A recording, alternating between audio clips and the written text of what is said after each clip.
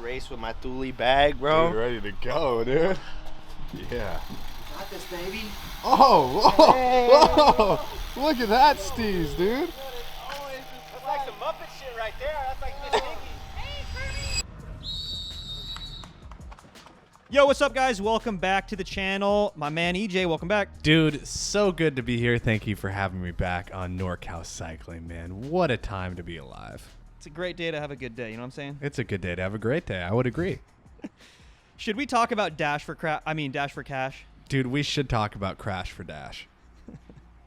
This is notoriously crashy race. I don't know why it's a square. There's some crosswind. We'll talk about the crosswind. But it's a freaking square, and there's always big crashes out here. Shout out Max, heal up, my man, if you're listening to this. Broke his collarbone out here, so bummed. But that's not what we're talking about today. EJ, we're talking about the 2-3 race, category 2-3 race that you are lining up here for. Tell us about this, other than the obvious fact that it is $10 on every lap. That's kind of the defining feature of this race. Yeah, I was going to say, you almost forgot the most important part. $10 every lap, so basically a preem lap every lap. And it makes it extra spicy, dude. People were super into the $10 per lap thing. Like, I mean, absolutely Risking life and limb. killing themselves for it. I mean, like, it was basically, very similar to how that NCL kind of felt like it played out, like sprints every lap, stuff like that. Tell him, you're on a team now, dude. Did we mention that? You're on a team now. I am on a team, the Velo Queens Kings. Shout out my team. Hey, that's my joke. Wait a second. Velo Kings. How many Velo Kings did you have out there? So we had in this race, it was myself, legendary Mitch. He's been on the main channel before. Shout out Mitch, love him. Cole, been on the main channel as well. And then new teammate Joe. Well, he's an old teammate, but this is his first race of the year. So there was how many is that? 4 of us in this race. Four of you. I had to count it out on my fingers. That's how tired I am from moving today. But that's a whole different story. Roles, team roles. Is that something you guys talk about? Because you should. Yes, that is something that we talk about. My role for today was basically being workman for Mitch. We're trying to get Mitch and Cole their 2 upgrades, so they can upgrade to Cat 2. They're very close to upgrading. So our goal today was to get Mitch in a breakaway. I kind of played a little bit of a worker B role today. And I also had food poisoning the night before, so I was just a little bit unsure of how I'd feel in this race. It was kind of one of those game time decisions. I'm sure you can speak about this. I'm sure you've had races like this where you don't really know how you're going to feel until you're racing. I think every race, I don't know how I'm going to feel until I'm racing. Like, people ask me all the time, Jeff, how are your legs today? I just always say fantastic. Because you don't know until you're a few laps in. And even then, you still don't know. Sometimes you feel bad, but the numbers are good. Anyway, let's dive into some race footage. Let's talk about this. All right, so then EJ, your plan to get Mitch into a breakaway, tell us how do you do that? How do you execute? Because we were planning for people to go for these $10 preems in sprint, we were going to have Mitch try to attach to one of those chase groups and then attack through those sprinters once they got caught. I don't know what you think about that plan. Yeah, I think there's going to be people who burn a lot of energy in order to make $10, and I think that's usually a pretty good way to get to the front. Speaking of getting to the front, holy smokes, you just passed the entire field on the right-hand side. And under normal circumstances, I would say, EJ, what are you doing? You're racing with your legs, not with your brain. But this was a moment where, and I want to talk about this because this is important, the dynamic of a race in which every single lap is worth a $10 preem. Dude, cyclists are weird. Throwing myself into this group of weird people. They will kill themselves for a $10 preem, which means the dynamic changes, and everyone is either like it's on full clip or it is off. In this moment, it is on, but that moment you passed, it was off. And that was a great moment to make a pass. I mean, yeah, you did like 500 or 600 watts for like maybe 10 seconds. Kind of a lot of power, but you went from like literally the back to the front within a 10-second period. That was the right move to get right up to the front. And now what is EJ doing? He's doing exactly what he said. He's chasing on behalf of Mitch. Now, the question becomes, should the sprinter be chasing? And this is a completely separate discussion. I think that you're a weapon, EJ. You have 1,750 watts. That is a good reason for you to sit in and save your energy for the sprint finish. Because if Mitch gets away in a breakaway, the field is going to be too terrified to chase it back because you are sitting back, like licking your chops, just going like, yeah, go ahead, chase it back. I'm ready for the field sprint. So it's a situation where your powerful sprint makes it easier for your teammates to win. It's such a powerful combination. So with that said, yeah, it was a kind of a bro move for you to take a pole, but you're out in the wind here doing 800 watts, EJ. We're not going to beat up on EJ too much. We've talked about this. We're working on it. He knows this is the path to success in the P1 too, is he has to work on these pack dynamic skills because, I mean, you were on the front a moment ago and like now you're falling back out in the wind again here, like not really sure. We're not going to spend too much time on it, but I think this is probably where you should be out in, not here, but in the wheels, saving energy, EJ. Because of that weapon that you possess, it is beneficial for you, obviously, because you have it, but also your teammates. If you guys are trying to get a breakaway started, like have Mitch, like you said, follow one of those $10 preem guys who are doing, 1,500 watts in order to win $10, and then have him just sit on and then counter, and nobody will want to chase it because they're like, oh crap, EJ's back here. You know what I'm saying? No, I appreciate that. I do want to touch on something. Something weird kind of happened at like last lap at this spot right here. Like I pulled over to the left to get into the wind because no one was following my wheel, and I didn't want to be a brake. Like it doesn't make sense for me to go solo off the front, right? When you were on the front taking a pole, you mean? Yeah, like I dropped the people dropped the wheel behind me. Oh, yeah. I mean, but you could just continue. You can just continue riding. Like you don't want to fall too far back because now you're approaching the back of the peloton. So. And I think that's kind of where I got in my own head. Like I was just kind of out in the wind there because I wanted to just like sit back, but I think I went back way too far. Yeah, and now I mean I can see the end of the peloton, and it's just because like what you need to do is just find one of these riders. I notice people are passing you. Just find one of these riders and just follow the wheel. Like stay in the draft. You want to be in the pocket. Like even right here, you're not really getting a draft. You don't really need to be because you're doing 150 watts. But follow a wheel and see these guys on the right. If you're on their wheel, you're moving up in the draft. That's the dream. They're doing the work. You're benefiting from it. Okay, so we talked about this on-off nature when they have prizes on every lap. And we're on the same corner as before, but now we talked about the right way to do it. EJ moved up all the way to the front. Now we're talking about the wrong way. Ouch, EJ. Yeah. Out in the wind, 1,300 watts. And it looks like you put in a second effort, and then you thought better of it, and then you're like, oh, my God, okay, that didn't work. I mean, contrast that to the last time, like a few laps ago. You literally did like 500. You moved to the front. This time you did 1,200, and you moved up maybe 10 or 15 wheels. Not worth the effort, right? I think I was kind of like, oh, I moved up here last time. But the Yeah. race was off. This time, I didn't really realize it was on. I think I got to get better at the kind of that race awareness like you were talking about. And an easy way to identify that is the shape of the group. It's really that simple. When it's single file, it's really fast because everybody wants to be in the draft. When it is all bunched up, that means it's slow because everyone's like, well, now I'm going to pass. So everyone starts to like move laterally and tries to get around the rider in front of them. It kind of just like swells up like an accordion. Yeah, and I think like I tried to do, I was like, I did 500, and I was like, oh, I'm not making up ground. Oh, I'm just going to do a little bit more and more. I'm not looking down at my power while I'm doing Right. that. But I think, in my head what was happening, I was like, oh, God, I'm not moving up like last time. Let me try a little bit harder, but just Throw some more coals onto the fire. Yeah, exactly. I'm glad you thought better of it because I think EJ, even just from a couple months ago, EJ's come a long way, you guys. I think from a couple months ago, EJ, you just would have been like, I may as well do 1,400 and just stay on it for another 15 seconds. So I'm glad he didn't do that. But let's fast forward a little bit and see. We're only like halfway through this race, so let's see how the rest of this race plays out. All right, we talked about the wrong way to do it. Then we talked about the right way to do it. Let's just go right down the middle here, EJ. Let's talk about that. This was sort of an okay. You loved this corner, by the way. Yeah, I don't, because we talked about the right way to do it, then the wrong way to do it, and now we're back in the middle. You kind of flipped those two. But I don't know. I kind of like this corner for the ability that I could do like that 600 watt effort and just make it all the way to the front. And it didn't really like affect my heart rate too much.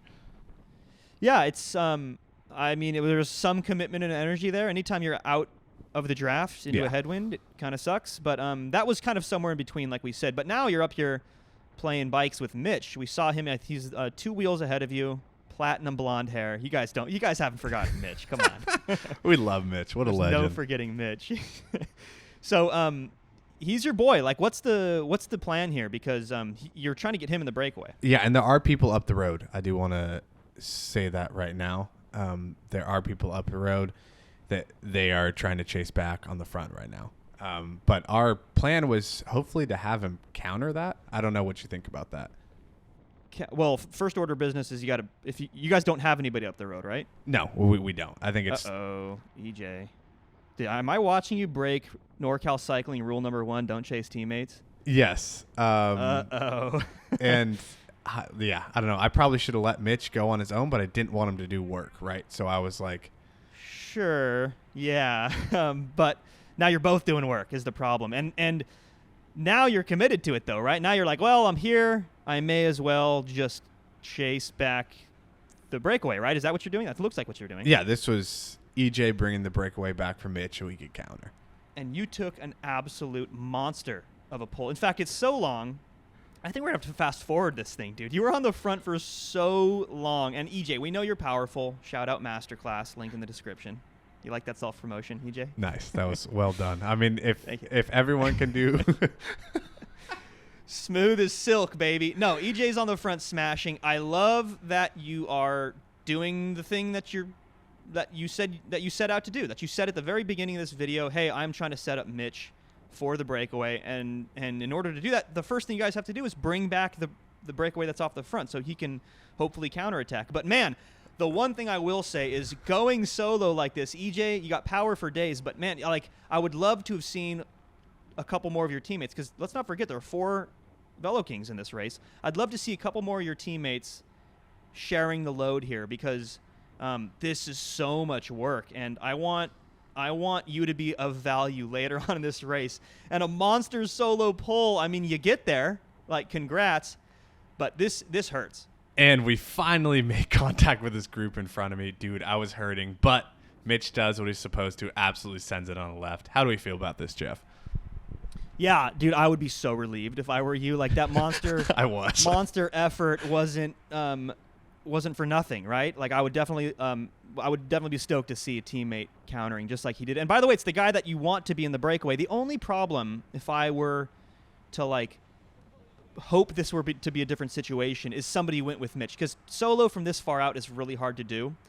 So something that I do, and something that hopefully Mitch is doing as I'm talking right now, is like, don't overcommit, get that gap. It looked like he had about 4 or 5 seconds, and then just chill at like threshold and hope other people jump across to you, because like I was saying, something I do if I really want to join the breakaway is I wait for this to happen. I wait for a ready-made breakaway. Like, I want a couple of people, 1, 2, maybe 3 people to be off the front, and then I come blowing past the front with that slingshot attack, and I join that group of 3 or 4 people who already demonstrate that they want to ride a breakaway. You join them, and then it's off to the races. So hopefully Mitch gets that. Let's fast forward a bit and find out. And unfortunately for Mitch, does not work out in the breakaway. In fact, all of your guys' attempts to get Mitch in the breakaway doesn't work out, and that's just the way the cookie crumbles sometimes. The breakaway doesn't work. But here we are in the closing laps. EJ's favorite corner 4. You're on the gas, bro. You're chasing something down. What's going on? I do, and I see this guy break up the road, and I was like, okay, you know what? I'm just gonna snap across and see if I can get up there. This is Frazier. He's been on an absolute tear. He won.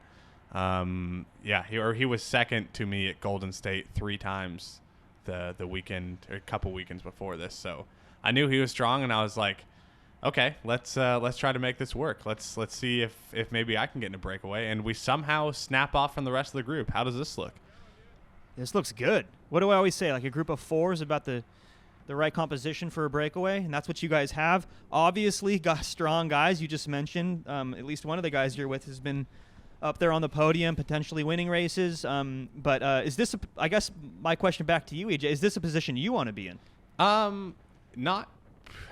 I don't know. That's a tough one to answer. I think I got a little bit too excited, if I'm being honest. I was like, oh, breakaway, sick. But then I kind of realized, I mean, if you guys look at my heart rate right now, dude, it's already back in the draft, EJ. Get back in the draft. There you go. Okay, good. It's already heart rate's pretty high. 189. This is a cross one, so I was like kind of echeloning on that side from him. But yeah, it was like, I think it was a little bit too late, if that makes sense. Like, I didn't feel great in this break already. I was like, ouch, going into it. But you seem committed to it. I mean, you're doing all sorts of power. You're pulling through. You're rotating. So are you feeling like, okay, like it's me now? I mean, you guys are trying for the breakaway. It didn't work. This is a super late race one, but I guess are you feeling like you're the guy now for Velo Kings? Yeah. I mean, at this point in time, I was like, okay, this is a good composition. I'm here. Like, I should do it, right? Like, I should commit to this. Do you think I was wrong for committing to this? No, dude. Let's not forget your sprint numbers. I mean, you've done a lot of work up till this point. Let's not forget that pole that you took.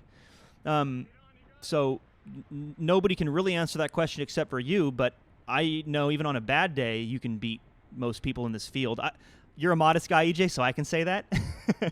But you have amazing sprint numbers, even if you've done quite a bit of work. So I feel confident that you can make this. The question is like, will this stay together? Because if I were one of these other guys and I saw you, and this is something you're going to learn the longer you race, EJ, is people don't like when you ride a breakaway because you win from the breakaway. So, like, they just stop working. Why would I work with a sprinter, right? That's always the thing. Okay, yeah. And I think we're going to start to see some of that here in just a second, just exactly what you said. I guess my problem is sprinting from, 180 to 190 BPM. I haven't had success with that in the past. So ooh, we got to work on that then, because we got Intelligentsia coming up. Those are hard crits. And then, I mean, you're going to be in the P1-2 field soon enough, and that's just the next step, the next level where the racing's faster.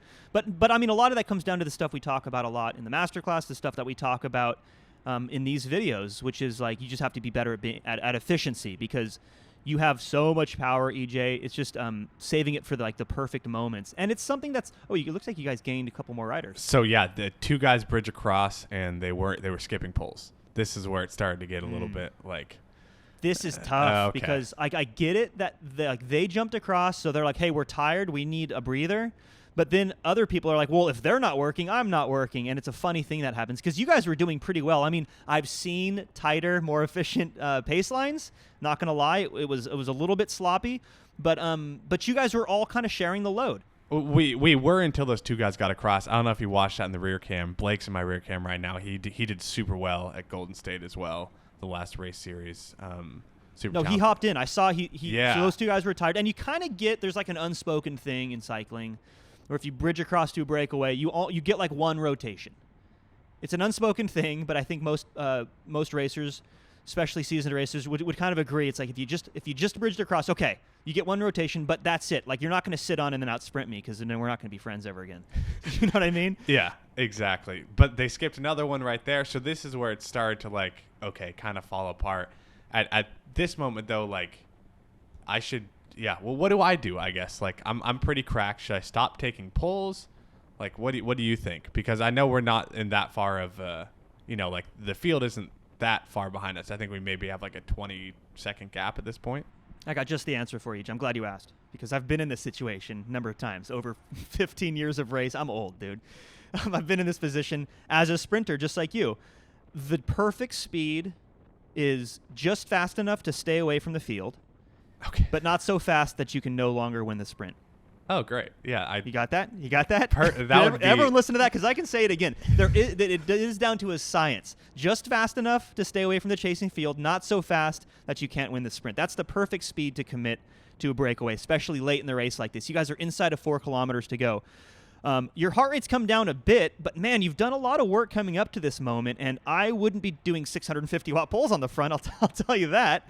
Did you feel like you were emptying the tank right now? Like, what were your legs telling you? I kind of felt like this was starting to be it. I think that hero pull for right. Mitch really put a damper in me. And like I said, I do want to touch on this. I was getting really bad cramps. I don't know if it was from like food poisoning the night before or what, but this was the first race I've just had like just stabbing cramps in my side.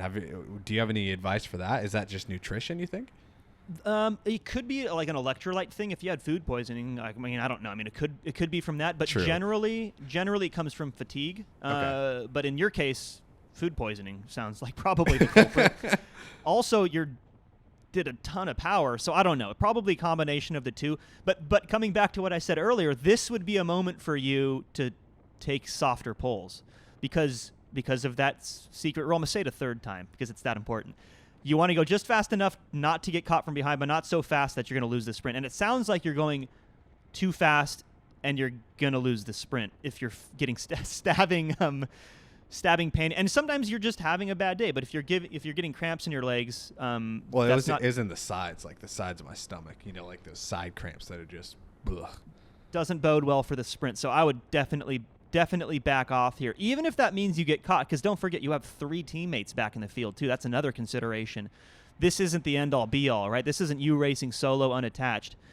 Keep it a little tighter here. Yeah, see, I mean, it's costing you a lot of power. Another big pull over 600 watts. You want to keep this like as close to threshold as possible when you're on the front, and then when you're in the draft, it's less because ostensibly, like presumably the riders in front of you are also riding at around threshold, but man, we are 2 kilometers to go. What is this, a lap and a half? Yeah, a lap and a half, but as you can see, people are starting to skip pulls. This guy finally pulls through for the first time. Yeah. So you're losing speed here. I can see the fatigue starting to set in. And the 2 riders behind you, like, another thing to look out for if you're worried about these 2 riders who just hopped on is there's like some body language that people have. Their shoulders are slumped. The cadence is low. That means they're tired. People also are actors in racing, and they can pretend like they're tired. But if they're letting gaps open, like this guy behind you has this big old gap open, that tells me he's tired. And I wouldn't be so concerned based on what I'm looking at here. I mean, granted, I'm in a desk chair, so it's a lot easier in hindsight, being 2020 and all, right, EJ? Thank you. I knew we'd get there.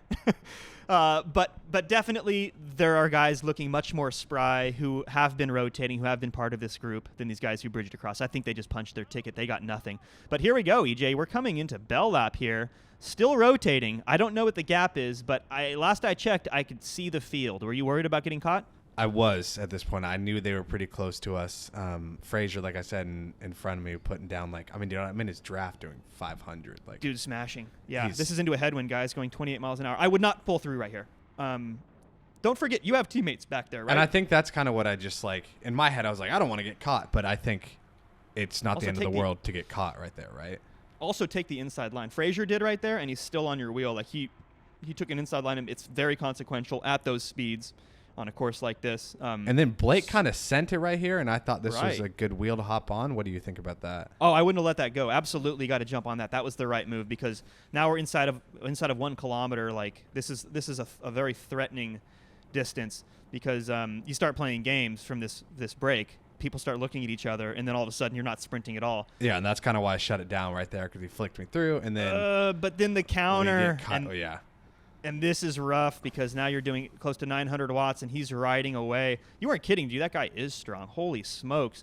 But this is his move. He looked back and look. There's the field, right? Like, yeah, that's what his I'm move. saying. Yeah, we got caught, and that was kind of all she wrote for EJ. I was pretty gassed at this point. And that's why it's so important to get that timing right, to get that pacing right when you're in the breakaway, especially if you have teammates behind. Because if you don't get it right, in this case, it's not just your result that's on the line.